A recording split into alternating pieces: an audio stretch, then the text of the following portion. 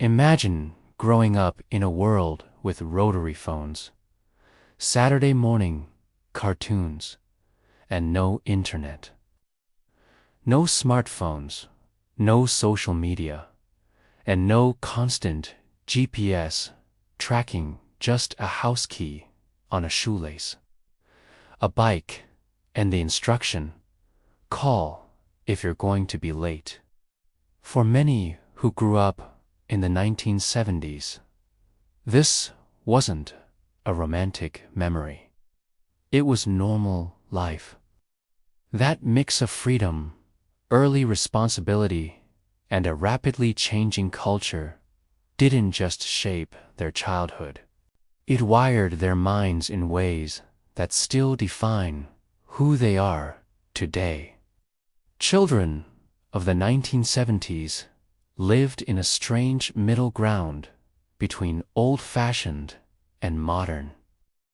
They watched their parents follow traditional roles, yet they also saw feminism changing family structures, and new ideas about relationships arrive on TV talk shows and in magazines. Many of them became latchkey kids, coming home to empty houses after school, making their own snacks, and figuring out how to fill the quiet hours until their parents returned. That experience taught them something powerful at a young age. No one is coming to entertain you, so you learn to manage yourself. This early independence became one of the strongest psychological traits of people who grew up in the 70s. They learned how to solve everyday problems on their own. From fixing a bike chain to negotiating with siblings long before adulthood. If the TV broke, you fiddled with the antenna. If you were bored, you went outside or used your imagination. That constant need to improvise built a practical mindset, less about perfection, more about good enough to work. As adults, many from this generation still carry that attitude. They don't panic easily, and they tend to believe that most things can be figured out with a bit of effort and common sense. Emotionally, though, the 1970s were complicated. Culture still rewarded toughness. Kids were often told not to be too sensitive, not to cry in public, and not to make a big deal out of their problems. At the same time, the decade saw a growing interest in self-help, pop psychology, and talking about feelings on television. Many 70s kids absorbed both messages at once. Be strong and self-controlled, but also be aware that inner life matters. This created a distinctive emotional style: people who can function under stress, joke about their struggles, and keep going, yet who sometimes find it difficult to be openly vulnerable or to ask for support until things are really bad. Their social skills were forged entirely offline. Friendships were built in backyards, arcades, and school hallways, not in comment sections or group chats. If you insulted someone, you saw the reaction on their face. If you wanted to join a group, you had to walk over and ask. People who grew up in the 70s learned to read tone of voice, posture, and atmosphere long before they learned to type. As adults, they often value direct conversation, dark or sarcastic humor, and the feeling of being in the room with others.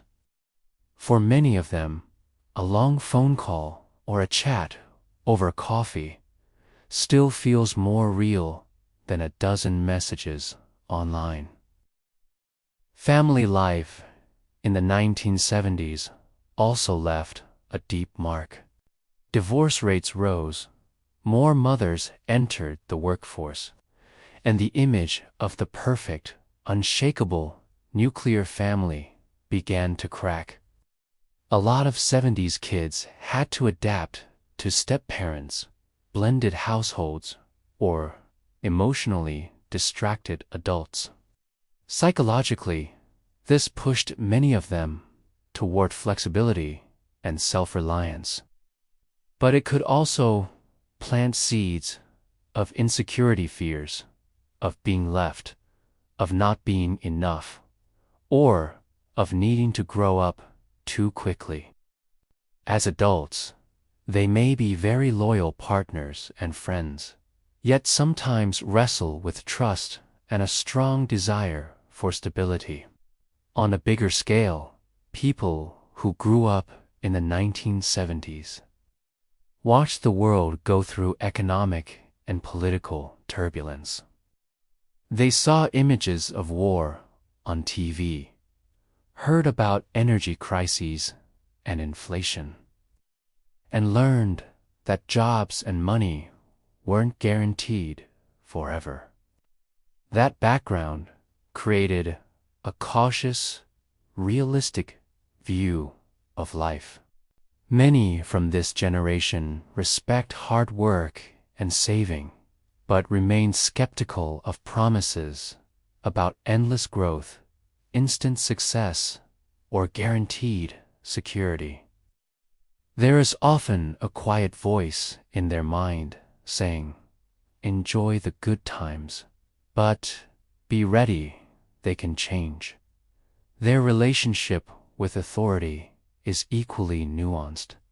After the upheavals and scandals of the previous decade, trust in institutions, governments, big corporations, even churches was shaken. 70s kids grew up surrounded by satire, rock lyrics, and movies that questioned the system. The result is a mindset that usually follows the rules outwardly, but keeps an internal distance. They can respect teachers, bosses, and leaders. That skeptical realism became a psychological shield against disappointment. Technology is another key piece of their story. People who grew up in the 1970s remember record players, CASSETT tapes, payphones, and handwritten letters.